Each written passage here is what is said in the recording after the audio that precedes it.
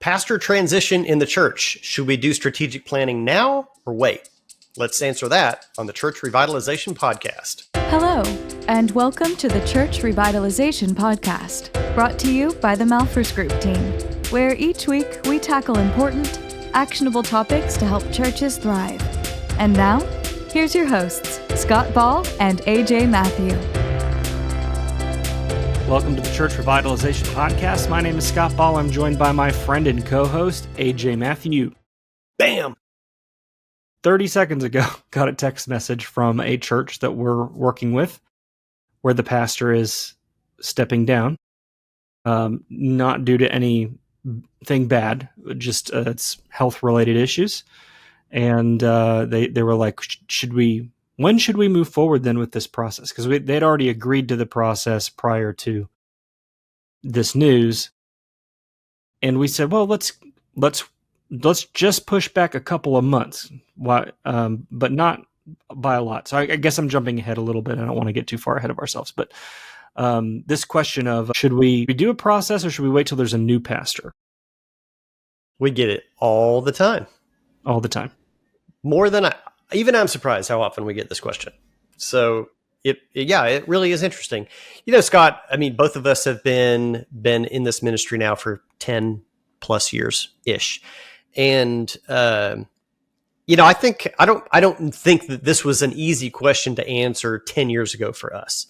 I don't even know if we got this question as often, but I think, in our earlier days, there was just a little bit more discussion. Well, I don't know, maybe not. And we ended up either way. We probably would have answered either way is fine. Yeah. But we've gained a lot of experience. And for many years now, our answer has almost always been yes, do it now. Yeah, please do it now. Yeah. Yeah. So, and it's because we've seen it. We've seen what happens, what the kinds of hiring decisions that churches make in both circumstances. Yeah. So, well, before we get into, we've got four areas to talk about today. And let's talk about briefly, Scott, let's just touch on some reasons perhaps not that you would. Otherwise, the answer is probably yes. So, okay. If the senior leaders are willing and capable to do this, you mean like the lay leadership or other key staff? Yeah. Elders, like some kind of senior in place who can steer the process. Yes. Yeah. Okay. Yeah. Then the answer is yes. I mean, if you don't have that, then maybe that wouldn't be the right time. I worked with a church in a very rural place, and I guess there was a very capable person, but this leader had never done anything like this before. So I don't know that leader knew that they were capable of doing it. So don't sell yourself short. You might think, well, we don't have anybody who could lead it, but you never know. True, but they were willing. Willing for sure. Yeah. So they checked one of my boxes there. Yeah. I'm not trying to play devil's advocate. I'm just saying sometimes people will go, oh, we couldn't possibly. And I'm like, you're not doing it alone. I mean, especially if you're working with us you're not having to figure it out. We walk you through the process. You probably wouldn't have made the phone call to begin with. If there was nobody, no one thought they could, we probably wouldn't have been having the conversation to start. So yeah, that's a good point. The other thing is the church generally free from conflict? So, but this is still kind of a nuanced question. Every church has got some level of conflict in it. So, as long as if the reason the pastor's leaving was a huge scandal, criminal, I don't know, highly unethical, immoral, and there's major church hurt, we might still say yes, but that would be a longer timeline out maybe before you started on that. Yeah, I think the answer is, I think the answer is always yes. It's just a matter of timing, is how quickly do we get into that? And the answer to that is, normally relative to the level of trauma the church is feeling. It's a little bit like, physical therapy is always good. But do you need surgery first? Yeah. Skipping straight to the physical therapy before you had the surgery is not going to rehab that knee, So, what's the particular situation? And we can help discern that for your church. Yeah, I agree. Yeah, I think that's a good way of looking at it. So, yeah, I think in most cases it is better to do. And I think you'll get why as we, move now into kind of our major points to support this, starting with that process, just the process of that job posting when it goes out. So if you were, your pastor has left, everything's totally cool. It's totally fine. He was retiring. You knew this was coming. And now you're like, all right, well, what are we going to do next? We're going to find a new pastor. Should we write up a job description and post it out, on the job boards and see what we get? If you were to write that job posting now and describing your church and who you're looking for, we can tell you with 100% certainty what you create today will be different than if you go through a strategic planning process and 6 months from now, you create that same job posting. It won't be the same job posting. You would talk about your church differently, and you would be describing the best fit for your church differently. Yeah, you would be able to describe the exact kind of skills and experiences that you're looking for. That church that I was just talking about, that, the person who was the key contact point, they'd never done anything like this before. And in working with that church, they had actually never had their own, this is a rural church, they had never had their own full-time pastor prior to this, but they wanted to hire one, and they were like, we don't even know where to start. We don't even know what are we looking for in a candidate. And so going through this process really helped them think through who are we looking for. But even if that's not your situation, you're, a larger church than that, and you've had several pastors, usually churches are just thinking about what they're looking for relative to the last guy. We want someone who's just like him, a copycat, a clone, or we want someone who's the exact opposite. You're only thinking about that person's weaknesses, and you want to find someone who's the exact opposite. And neither of those are good. You want to know, where are we going, and what kind of skills, experiences, and what kind of leadership do we need to help us get to that direction. We've talked about this on the podcast before. I love the pilot analogy. The plane already has the destination. You're hoping that you are hiring a pilot who can safely get you there, who is type rated for the plane, for the aircraft that you are on, who knows how to fly the thing, but it's not up to them to decide the destination. You're hoping that they have the skill to help you navigate all of the waypoints, and if there's weather and what happens if there's a crisis, that's what you're looking for. And similarly, there are way too many churches out there who are, putting job postings out for a pilot in search of a destination, and that is not good. Yeah. You would hope that pilot is like, I love going to the Bahamas. I'm so glad that's where you're going. I can't wait to get there with you. That's the best scenario. Or like, oh, this is an Airbus. I've never flown one before. I only know how to fly a Boeing. They'd be like, it's probably not a good fit then.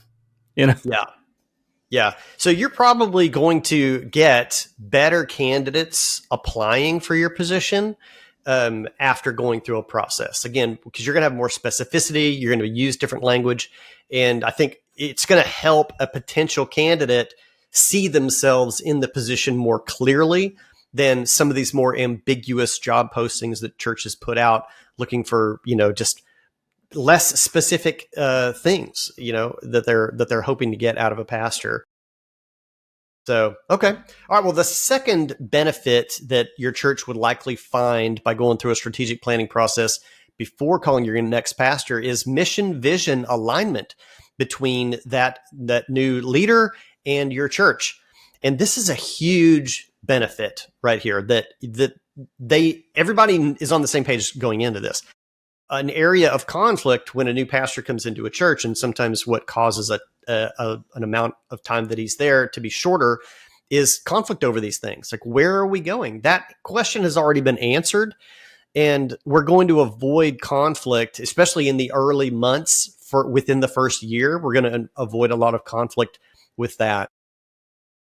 There's just so much turnover in in churches, and a lot of that has to do with lack of alignment.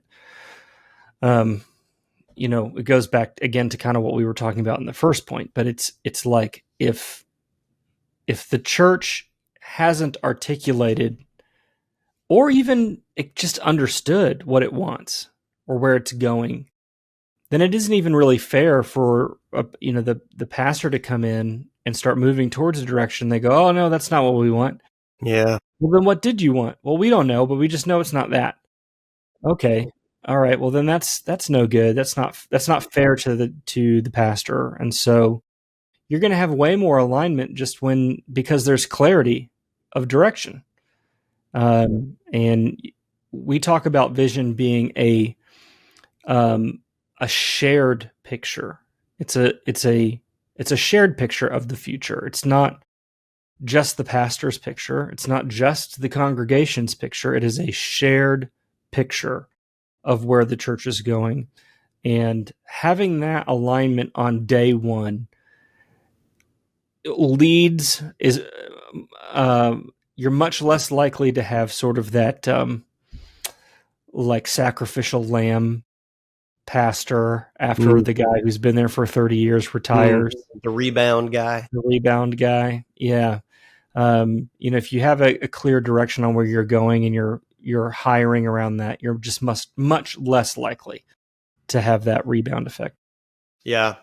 Which is just going to make things worse in the church, to go through that whole process again.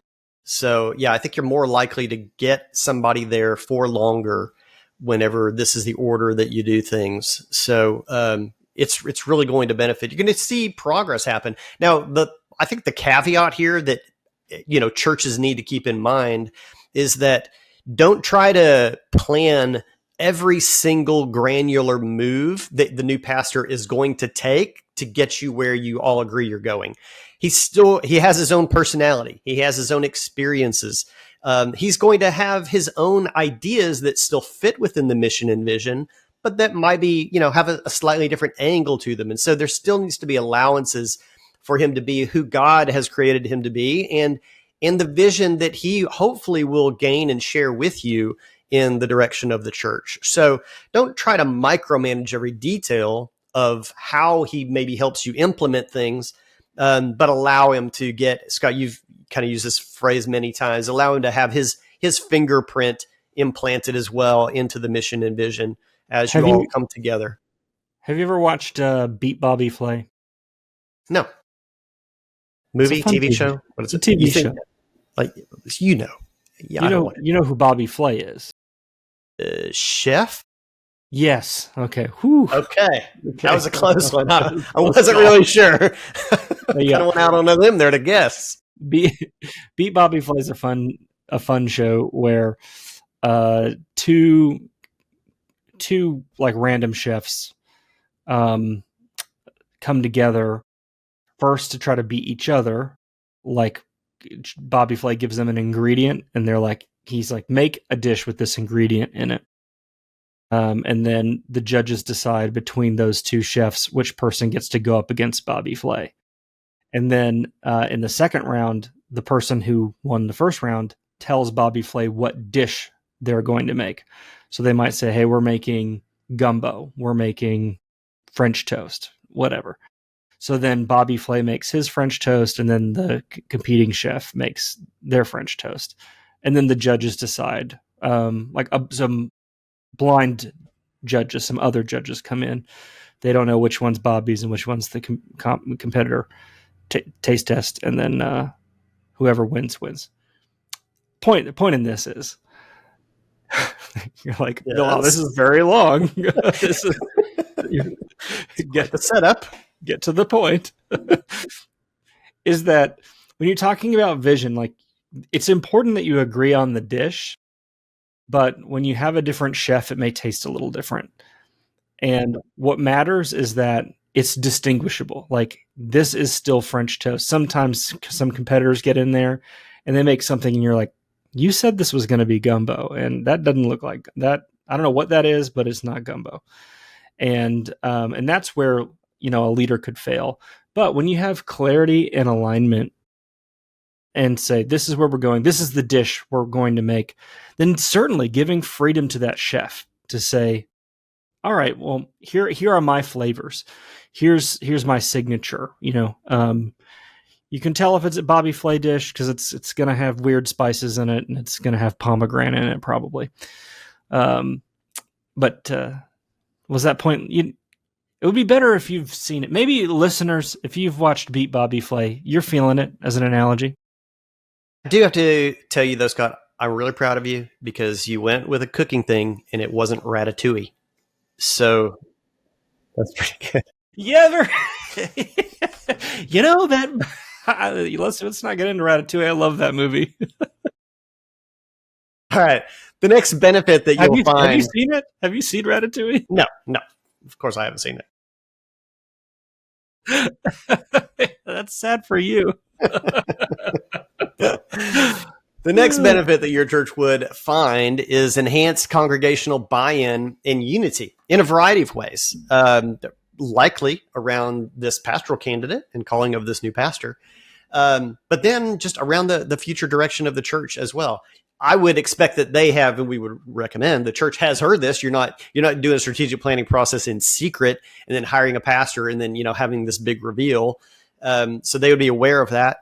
But the unity around the direction of the church, this is a big transition, right, Scott? I mean, to bring in a new pastor is a significant moment in a church's history. There, people should expect their changes will happen. Mm-hmm. But, the significant things will have been talked about and sort of revealed already. And so we would love to see that what you have then is more anticipation around seeing how this is going to begin to unfold and having excitement about the future with your new pastor in place and this direction that your leadership team has worked through over many months, and seeing how it all comes together with the details. Yeah, I mean, it makes such a difference. You can hit the ground running from day one, going in the same direction. The congregation and the pastor, that's really helpful. I think maybe one caveat to that would be, don't put too many expectations on that poor guy. That's good. Yeah. One. Change management is still a people game ultimately. And even though he might share the same direction and share the same vision, he might still want to make that same dish. It's going to take him a minute to figure out, where are all the ingredients? Mm-hmm. What knives do we have in this kitchen? How does this equipment work? You need to give them some time to get acclimated, because it isn't cooking a dish. It's building God's kingdom. And so be patient. The fact that things aren't moving as quickly as you want them to be is not necessarily a reflection on that pastor's willingness or unwillingness to share that direction with you. It's just going to take him some time. And if you're the new pastor, I would encourage you, don't rush too fast. Make sure you really understand the people and the culture before you start enacting too much change. Yeah. And then our last benefit to doing this process before calling your next pastor is a better decision-making framework. So this is going to benefit the new pastor by having some tough decisions really already made in the planning process. Now, depending on the timing of your search for a pastor, you may be in varying stages of implementation. I would suggest if you're able to, I wouldn't delay implementation for a long time, but if that timing worked out where the pastor's coming in the early stages or maybe even right before you begin implementation, that's going to be probably an ideal scenario. But the pastor is already going to have a lot of questions like, what can I say yes to? What can I say no to? And some of those are going to be established in the work of your planning process. We worked through a whole component that we call the decision matrix in relation to the discipleship pathway of the church, primary and secondary ministries of the church. And that's where a lot of change begins to happen in the implementation phase. That's going to be a scary environment for a pastor to step into. But without having gone through a process, a wise pastor would likely not be changing anything. But a pastor coming in to help lead implementation through a planning process is going to have, first of all, the support of that leadership team, hopefully feel the support of the church.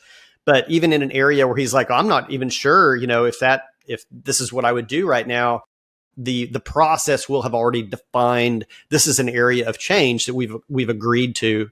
So it can kind of help him in that decision-making process without risking a bunch of pushback or fires flaring up.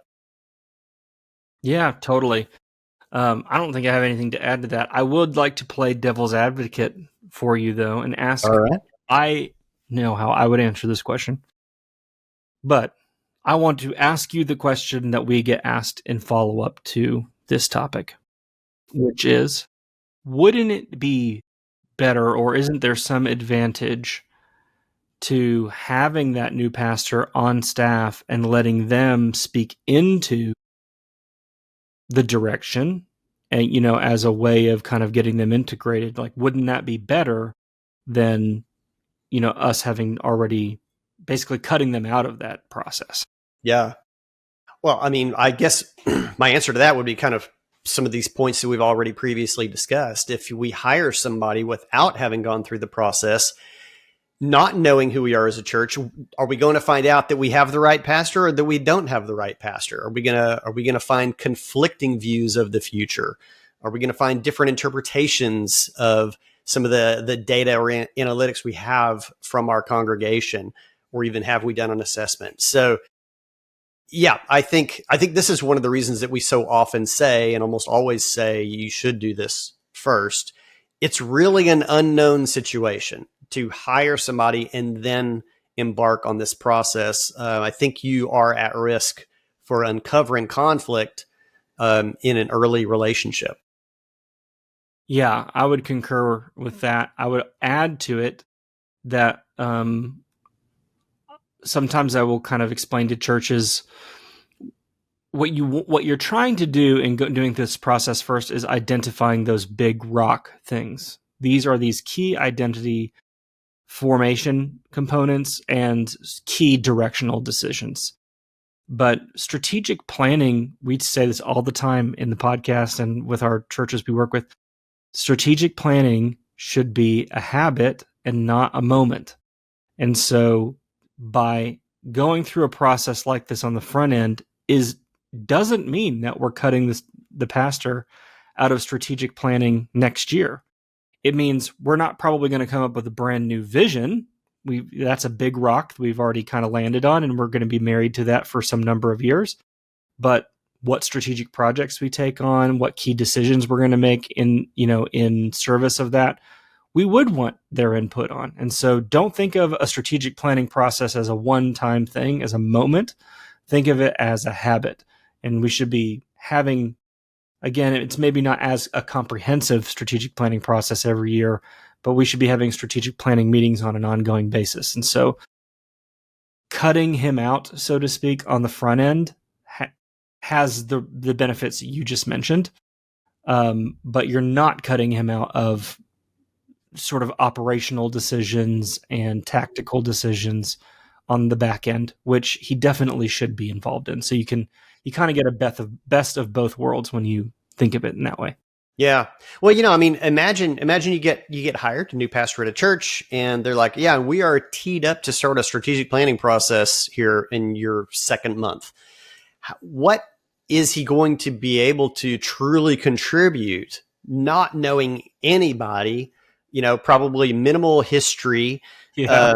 What value would he necessarily be bringing? Not that it's no value. He has experience, he has calling, so there's that. But I'm just not sure that the risk of opening up to conflict with a more of an unknown person would be worth perhaps a minor input, because probably a wise pastor would lay back on that a bit and really let the team speak anyway. Kind of observe more than anything.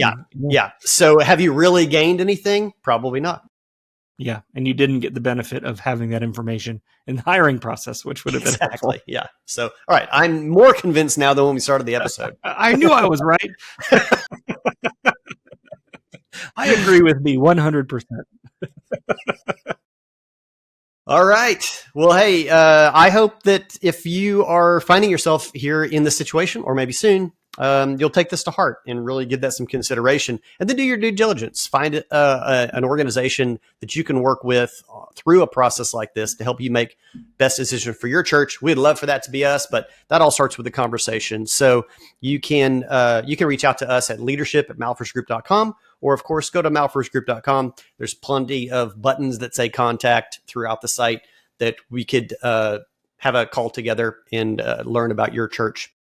Thanks for being with us on this episode of the Church Revitalization Podcast. Be sure and check out the Healthy Churches Toolkit at healthychurchestoolkit.com. Start your 7-day free trial for tons of resources in there around strategic planning that you could review before you make your decision on when and how you're going to do such a thing in your church. Thank you for being with us this week. We'll see you again next time.